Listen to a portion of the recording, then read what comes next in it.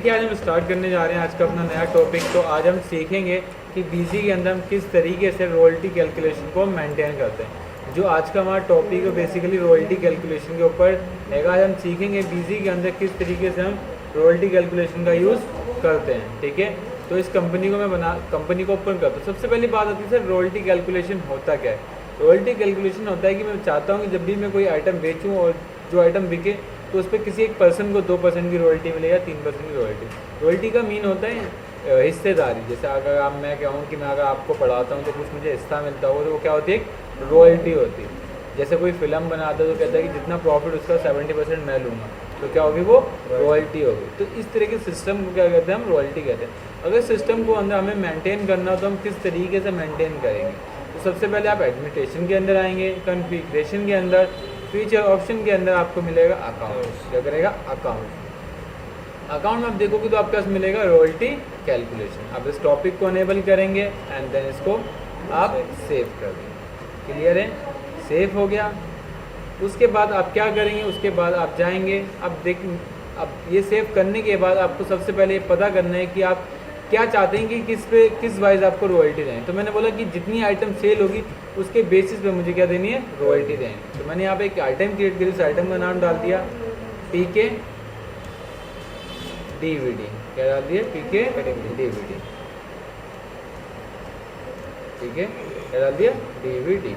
और उसको ग्रुप में लिख दिया जनरल। मैंने बोला कि जब भी ये पीके बिकेगी तो आमिर खान को 4% की रॉयल्टी मिलेगी। कितने परसेंट की, 4%। हमारा प्राइस 1100 रुपये सेलिंग प्राइस है और परचेजिंग प्राइस 100 रुपीज़ है। ठीक है, 1000 रुपीज़ है, 11,000 rupees, 1100 rupees purchase selling price है और 1000 रुपीज़ आपका परचेजिंग प्राइस। देखो आप नीचे देखोगे तो आपको यहाँ पे मिला हुआ जिसका नाम है total number of author. Authors क्या होते हैं, अगर आप यहाँ से बनाना चाहें तो बना सकते हैं, नहीं तो आपके पास कि मतलब जो हिस्सेदारी ले रहा है। अगर आपको ऑथर बनाने तो आप यहाँ से बना सकते हैं, नहीं तो आप देखिए जब आप उस टॉपिक को वहाँ से अनेबल करेंगे तो आपके पास ऑथर यहाँ पर आ जाएगा। ऑथर यहाँ आ जाएगा। अब यहाँ पर जो भी ऑथर का नेम है वो ऑथर का नेम डाल देंगे। जैसे मैंने बोला आमिर खान, तो हम यहाँ पर क्या लिख देंगे, आमिर खान। क्लियर। हम चाहते हैं कि इस आमिर खान को एक उसके अकाउंट से भी लिंक करना, तो उसको यस करूँगा यहाँ पर F3 करके मैं आमिर खान का क्या डाल दूँगा, आमिर खान, और ग्रुप में डाल दूँगा सन्ड्री क्रिएटर। इसको नो कर दूंगा एंड देन सेव हो गया। अब सन्ड्री क्रिएटर डालने का मेन मोटिव ये था क्योंकि जब ये माल बिकेगा तो उसको पैसा मिलेगा, तो ये क्या हो जाएगा, हमारा क्रिएटर्स हो जाएगा। क्लियर है। ऑथर्स यहाँ से बना सकते हैं, नहीं तो आप जब यहाँ से आप उस आइटम को दोबारा मॉडिफाई करेंगे तो आप यहीं से उस आइटम को यहाँ से F3 क्रिएट करके आप बना सकते हैं। क्लियर है। तो मैंने यहाँ पर लिखा कितने ऑथर, मैंने बोला एक ऑथर। नंबर ऑफ ऑथर कितने डाल सकते हैं, मैक्सिमम हम 10 लोगों को एक बार में रॉयल्टी दे सकते हैं। यहाँ पर आ गया। अब ऑथर 1 में आ गया तो जो भी हमारे ऑथर होंगे वो डाल देंगे। हमारे पास कौन से ऑथर है, आमिर खान। नहीं तो आप F3 करके बना भी सकते हैं। अभी पूछा रॉयल्टी कैसे देंगे, तो मैंने बोला रॉयल्टी 4% देनी, तो यहाँ पर 4% डाल दें। तो कितने परसेंट रॉयल्टी होगी आपकी, 4% होगी। ठीक है, एक रॉयल्टी होती है यहाँ पर। अब पूछा है कि आपको डिस्काउंट भी देना है, तो मैंने बोला डिस्काउंट नहीं देना। अगर आपको देना है तो आप डिस्काउंट भी दे सकते हो। इसको आप यहाँ से सेव करें। अब जैसे आपने इसमें करा तो आप देख सकते हैं कि आपका वो सेव हो गया। उसके बाद क्या करेंगे, उसके बाद आप आएंगे सेल के अंदर। अब मैंने बोला कि जब भी मैं उस आइटम को सेल आउट करूँगा, क्या करूँगा, सेल आउट करूँगा। मैंने बीजी इंफ्रास्ट्रक्चर प्राइवेट लिमिटेड को पीके की 1000 CD सेल आउट की, जिसकी कितने परसेंट की सेल हो गई, टोटल 11 लाख रुपए की सेल हो गई। जैसे ही मैंने इसको सेव करा तो आप ये देखिए सबसे पहले इसने मुझे बताया stock of item negative. Negative क्यों जा रहा है, क्योंकि हमारे पास तो हमने माल खरीदा नहीं हो, इसको हम सेल आउट करें। लेकिन जैसे ही मैं सेव करूँगा एक और पॉपअप है जिसने बताया कि इस बिल का अमाउंट 2 लाख से ऊपर।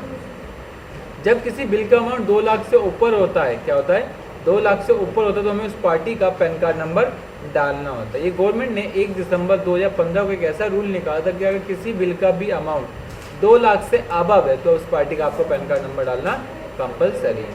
तो मैं इसको यहाँ से सेव कर दूँ। अब सेव हो गया। अब मुझे पता करना है कि आफ्टर एंट्री कि आमिर खान की एक्चुअल में रॉयल्टी कितनी हुई। तो आप डिस्प्ले के अंदर आएंगे एंड देन कहाँ जाएंगे, रॉयल्टी कैलकुलेशन के अंदर। आप पूछता 1 ऑथर, मतलब 1 ऑथर करोगे तो 1 लोग दिखेगा, और ऑथर करोगे तो सारे दिख जाएंगे। तो मैंने 1 बोला। ये पूछा MRP वाइज, तो मैंने किसके वाइज माल बेचा है, सेल वाइज। तो मैंने यहाँ पर सेल लूँगा, फिर sale detail only and then जो भी होगी उस डिटेल में देखो मैं आपको खोल के दिखा दूँगा। आ गया। तो यहाँ पर देखिए नीचे लिखा है PK movie DVD royalty 4%, number of quantity कितनी सेल आउट करिए 1000। हाँ नहीं वो वाली डिजिटल वाली। तो एक्चुअल में रॉयल्टी कितनी बनी हमारी, रॉयल्टी बन गई हमारी 44,000 रुपये। लेकिन अगर हम उसका ओल्ड प्लस एल करके आमिर खान का लेजर देखेंगे तो आप देखिए उसके अकाउंट में पैसा पोस्ट ही नहीं हुआ। पैसा पोस्ट हुआ तो हमें इसके लिए एक अलग से एंट्री मारेंगे। हम क्या करेंगे, हम जनरल में जाएंगे और एक एंट्री मारेंगे। तो उसके अकाउंट में 16,000 रुपये जाना है। अब जनरल से एंट्री मारेंगे, जनरल से जब एंट्री मारेंगे तो हमें यहाँ से एक बनाना पड़ेगा रॉयल्टी अकाउंट। तो मैं चाहता हूँ कि जब बीजी सॉफ्टवेयर मैंने परचेज करा है तो वही बीजी सॉफ्टवेयर सारा काम करके दे। तो हम क्या इसको बचने के लिए हमारे पास एक तरीका, हम उस तरीके को फॉलो कर सकते हैं। कैसे, आप देखिए नीचे लिखा है कि आप अगर पोस्ट करना चाहते हो तो इसके लिए आप क्या दबाओगे, F4 बटन।